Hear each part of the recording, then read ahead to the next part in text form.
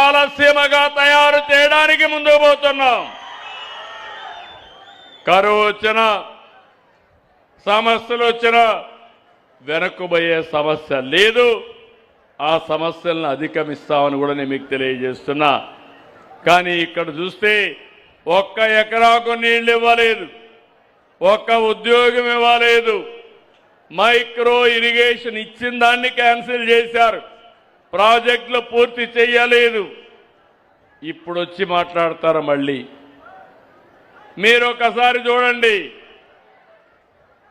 ఎంత నీచమైన రాజకీయాలంటే, బాబాయిని గొడ్డలితో లేపేసి ఆ కేసు నా మీద పెట్టి సానుభూతితో మీ ఓట్లు సంపాదించుకొని మళ్ళీ మాట్లాడే పరిస్థితికి వచ్చారు.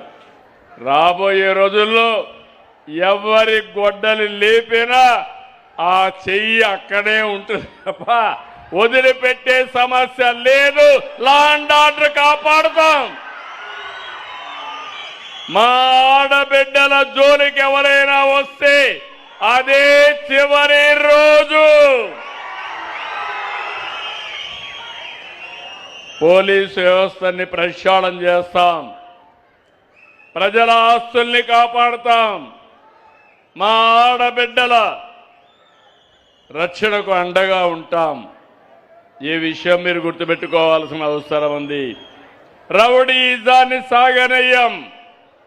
మీరు ఒకసారి చూడండి, రాయలసీమలో ఒకప్పుడు ఫ్యాక్షన్స్ అన్నీ ఉండేటివి, ముఠా కక్షలు.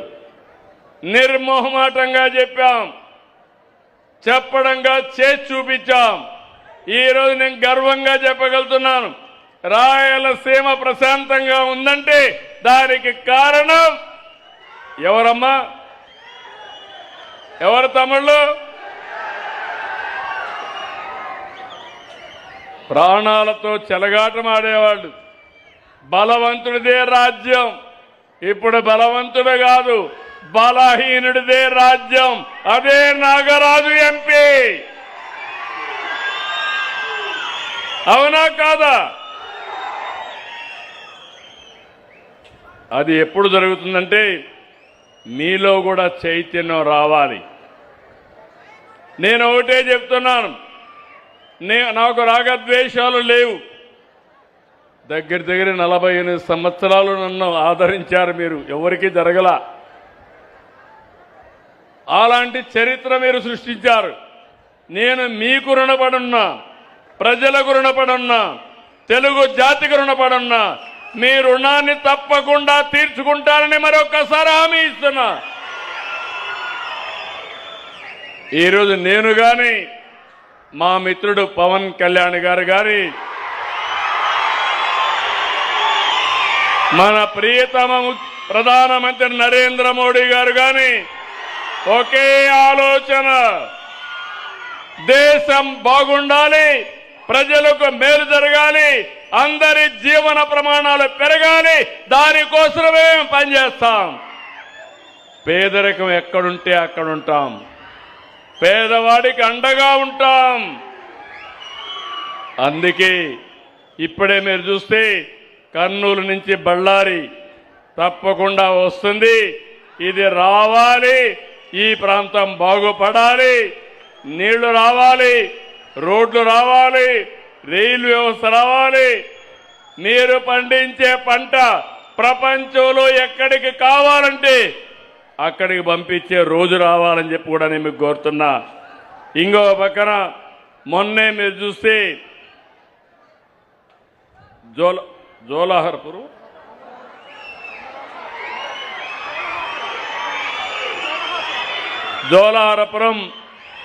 వాటర్ ప్రాబ్లం కోసం 7 కోట్లు కావాలంటే ఆ 7 కోట్లు కూడా శాంక్షన్ చేశాం. అవి కూడా తొందరలోనే పనులు అవుతాయని చెప్పి నేను మీకు తెలియజేస్తున్నా. ఇక్కడికి వచ్చినప్పుడు ఇక్కడి నుంచి నేరుగా మీ హాస్పిటల్కి వెళ్తున్నా. సంజీవిని ప్రాజెక్ట్ ఎట్ట పనిచేస్తుందో చూస్తున్నా. మళ్ళీ అందరికీ సూచనలు ఇస్తా. మీ ఆరోగ్యాన్ని నేను ఎప్పటికప్పుడు వాచ్ చేస్తా, డాక్టర్గా, రాజకీయ డాక్టర్గా. ఎందుకంటే నేను ఒకటే ఆలోచించాను, ఈ రాష్ట్రంలో ఉండే ప్రతి ఒక్కరి చేతుల్లో మీ ఆరోగ్యాన్ని పెట్టాలని నిన్నన్నాను. నా ఆస్తి, నా భూమి, నా హక్కు. ఇప్పుడు నీ ఆరోగ్యం నీ చేతిలో. ఎట్లా చేయాలని నేను గైడ్ చేస్తా, ఎట్లా చేయాలన్న సూచనలు చేస్తా. ఎప్పటికప్పుడు నేనే, మీరు చూస్తే అవసరమైతే నా పేరుతో కూడా మీకు మెసేజ్లు పంపిస్తాను. ఏం చెల్లమ్మ ఆరోగ్యం జాగ్రత్తగా చూసుకో,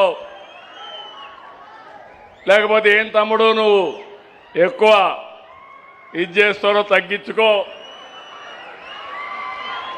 అవునా కాదా? ఆరోగ్యం ముఖ్యం.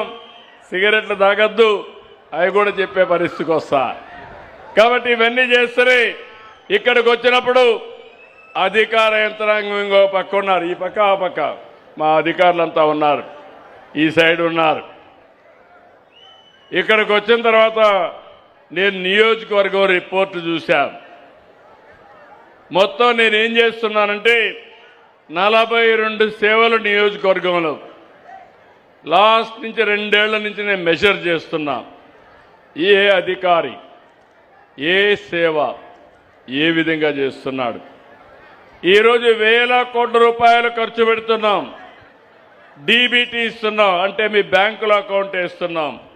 మొదటి తారీఖున డబ్బులు ఇస్తున్నాం. కొన్ని కైండ్లో పెడుతున్నాం. పిల్లలకు మధ్యాహ్న భోజనం పెడుతున్నాం, అన్న క్యాంటీన్ పెడుతున్నాం, ఫేర్ ప్రైస్ షాపులో నిత్యావసర వస్తువులు ఇస్తున్నాం. ఇంకో పక్క మీకు కొన్ని సర్వీసులు ఉంటాయి.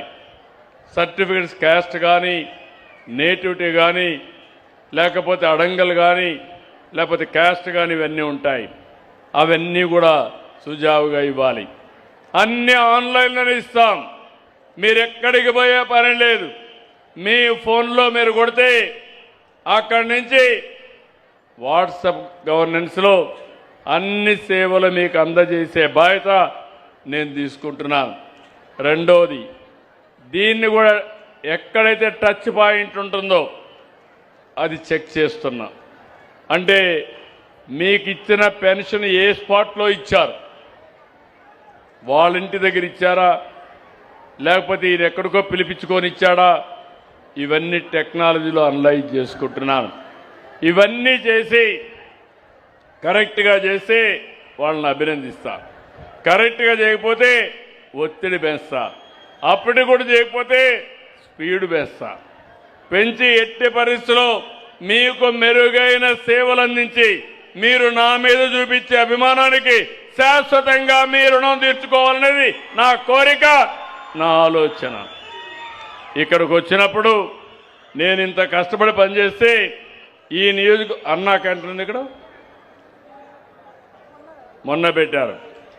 ఇక్కడికి వస్తే మెప్మా లేదనుకుంటా, ఇక్కడ మున్సిపాలిటీ లేదు.